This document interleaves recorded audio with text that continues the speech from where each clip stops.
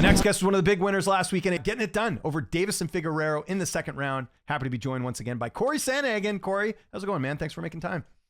Hey, I'm good. Yep, no problem, James. Anything for you, man. I appreciate that, man. It's always good to chat with you. I know we've been doing a lot of these interviews recently, but there's always lots to talk about. And first and foremost, I just want to start with the performance on Saturday. You hadn't been in there for a little bit, obviously since the Umar fight.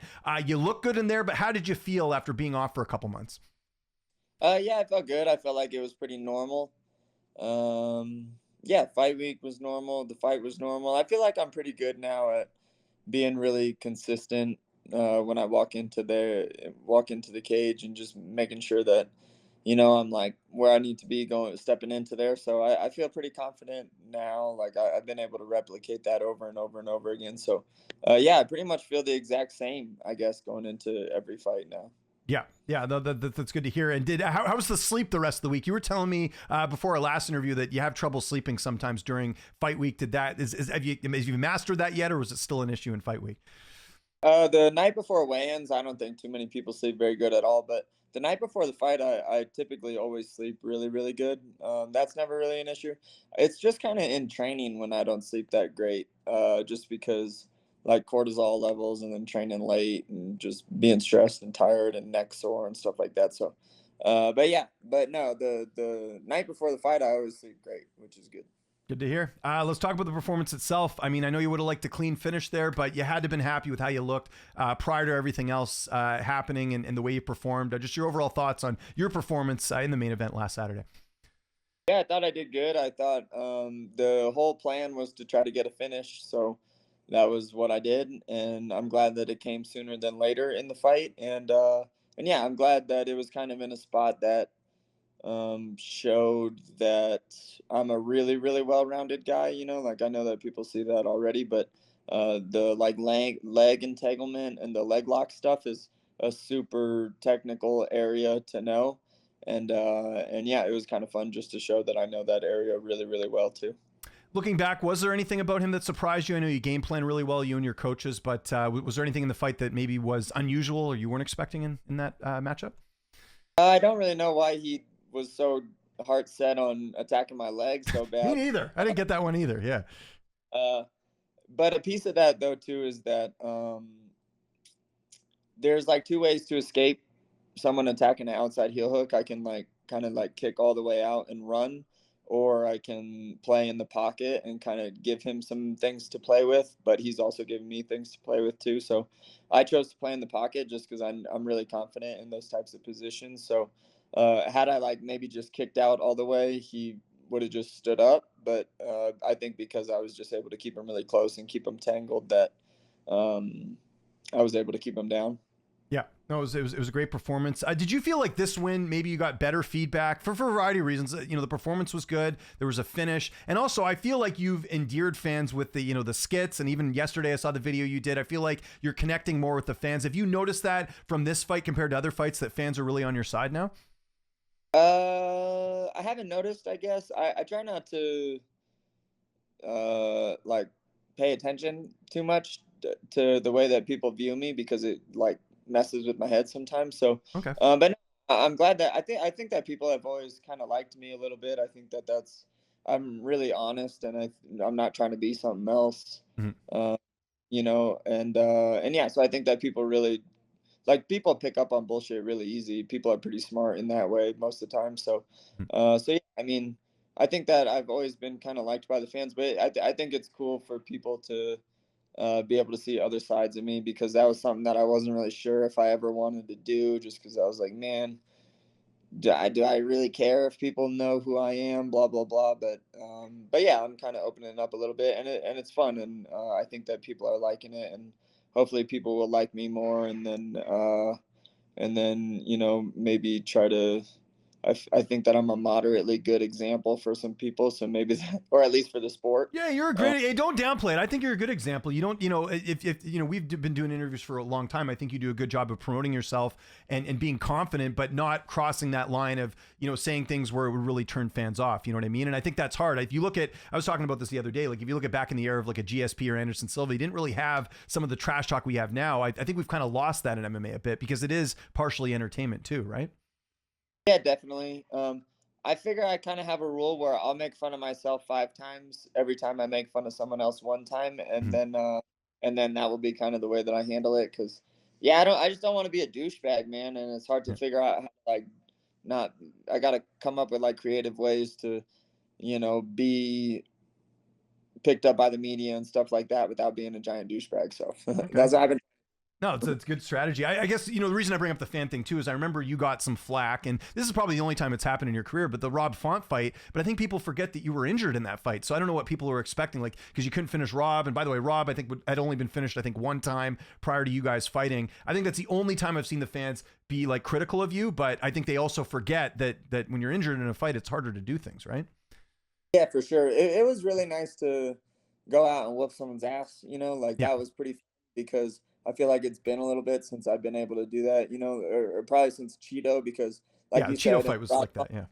yeah, in the Rob Font fight, I was hurt, and then in the Umar fight, I lost, and like I didn't get to like put my hands on Umar and like really show everything that I can do. I got to show some aspects, but not like the full me. Which so yeah, it was cool to kind of just be able to do that, and also not get too banged up because fighting is sometimes like rolling the dice with your body. Even when you win, sometimes it can be a really ugly thing. So yeah, I'm just kind of grateful that I'm healthy and I got to win and I got to show that I was good, and I think I'll get a title shot next, and so that's those are all really good things. Well, yeah, let's talk about your division because obviously Petr Yan comes and calls you out. But then I see yesterday he's doing an interview with Submission Radio, and apparently he's scheduled to fight Marcus McGee.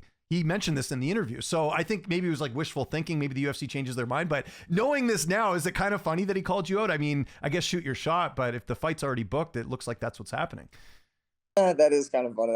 Yeah, I was kind of curious about that because you mentioned that last time that. I did. I had a bit of information. I'll tell people in this interview now. I kind of got word that fight was happening. So Cory and I talked about this off air, just to give him the heads up. So. But yeah, so I mean, I feel for Jan where he is right now. He's in the same spot that I've kind of been in for a little bit now, where there's like literally no one to fight, and that position sucks. And I'm sure that he'd rather fight me than he'd rather fight down in the rankings, especially me just looking good in my last one and me beating a guy that he didn't finish. So yeah, I mean, I feel for him, but I totally know what's going on. It's just that he's just getting itch. He's just has an itch to fight, and there's no one else to fight, um, and that's what that is. But no, I think that I deserve the title shot next, and Jan had his chance. He's like 2-4 or something in his last few, Mhm. and I think I'm maybe 4-1 or something. So, uh, I'm just doing better than he is, and that doesn't mean that Jan's not a good fighter, but I'm just doing better. I have more hype. I think that me versus Marab, me versus O'Malley is going to do way more viewership than Jan in that type of fight. So yeah, I think that I kind of got everything that there is to get going into it. So I think I'm going to get it. Yeah, and have you spoke, like, I know we spoke before the fight, and you said that the plan was to be the backup for 316. Is that like official now? Have you talked to the UFC about you going to New Jersey and being the backup and all that? Is that set in stone? So I talked to the UFC yesterday. I'm gonna go to New Jersey. They told me that they're not gonna make a decision on anything until after the fight happens. Oh, okay. Um, So they're yeah. not So using you as a backup then. That's really weird. well, they asked me if I wanted to be the backup, and I was like, well, does that guarantee me a title shot afterwards? And they were like, no, like we're just gonna kind of do it for you because we like you more than it would be like solidifying a spot. Well, And that's interesting. Okay. I mean, you yeah, think like a fight this big, I mean, especially with what we've seen happen this year already, like remember the whole Islam and Armin fight that fell out and they had to switch things around. To me, that's kind of interesting, but I also understand too, like they really want to make this fight, I guess. I don't know. I mean, there's a business side of this, right? Where, that's why O'Malley's getting the shot to begin with, I think, too. So. yeah, definitely. I mean, I think that You'll be in the yeah, I building think though, that right? So, yeah. yeah, I'll definitely be in the building. But yeah, I mean, being a backup fighter is just like really not a good deal for the backup fighter most of the No. time. Like you got to train for both guys, and then it's usually on shorter notice, and then you could fight on like 1 day's notice, which is crazy. And Mhm. then if you do end up fighting, you're not going to be at like 100% as if you were going against one of the guys or had time to prepare for one of them and all of that. It's just a bad deal overall. So yeah, I mean, I was going to do it just to kiss some ass, but it sounds like if they're not gonna give me the like guarantee me a title shot, then it seems like they're okay with just kind of waiting, and I'm okay with it too. So, well, at the very least, they should bring you in the cage after the fight. That would be cool. Do one of those. I miss those. They should. I know there's security involved and all that stuff, but I miss those. They used to. I remember that great one they had years ago with Rampage and Rashad, and we don't see that enough. That's your promo right there. Your UFC countdown show. You play that off the top. That in cage thing. It's great, right? So. Yeah, I think so. Yeah, we'll see. I think that as a couple weeks kind of pass, I think that they'll think about. I mean, there's really no one else, man. Like, I'm the guy right now. Especially coming off of a finish of a really tough former champ, number 5 guy. And then again, just the only other guy in the division that even is in the conversation at all, lost to both of the guys already and didn't finish the guy that I was able to finish. So, I mean, it's a fucking no-brainer to me. I think too that like if you look at if Yan is fighting Marcus McGee and then like Umar I know is injured, but I think the plan is for him to come back later in the year. I would think Song Yadong would be the opponent. Like I'm even trying to think how they're going to match this division right now because like you're obviously like like you said like you've got the latest win. You're at the top of mind right now as far as the winner of that fight. After that, I don't know how they're going to match make the division. And then I guess also we have this Jose Aldo and Ayman Zahabi fight. I know Zahabi's a bit lower in the rankings, but if he beats Aldo, who knows? I don't know. I think there's a lot of things to be figured out in your weight class, right? Yeah, definitely. I mean, yeah, Song being ranked number 5 is a pretty big deal. Yeah, and I think that who hasn't fought him? I guess Merab, O'Malley. Cejudo's still in the mix, I guess, but I kind of get the sense the UFC's not too happy with him. Otherwise, I think they would have done the rematch with him and Song, right? Yeah, I don't think that's Cejudo. I don't know what Cejudo's doing, but yeah, I mean, yes, I mean, Song being in the mix is interesting. I feel like, yeah, I don't know. I was looking at the rankings this morning, and I beat 5, 6, 7, and 8. I think so. There's really nowhere even near for me to fight back right now. So there's just some guys ahead of me that I got to beat and that I got to take out, and that's kind of where my thinking is. Just quickly on your division, I don't know if I think I have asked you this, but I'll ask you again. Like, do you want to get that one back against Yan at some point just because that was short notice? Is that a fight you hope that happens, or is it more about, obviously winning the belt? I know belt's the most important, but I think as a second, would you want to get that fight back against Petr Yan at some point? Yeah, hell yeah. I mean, eventually for sure. Yeah.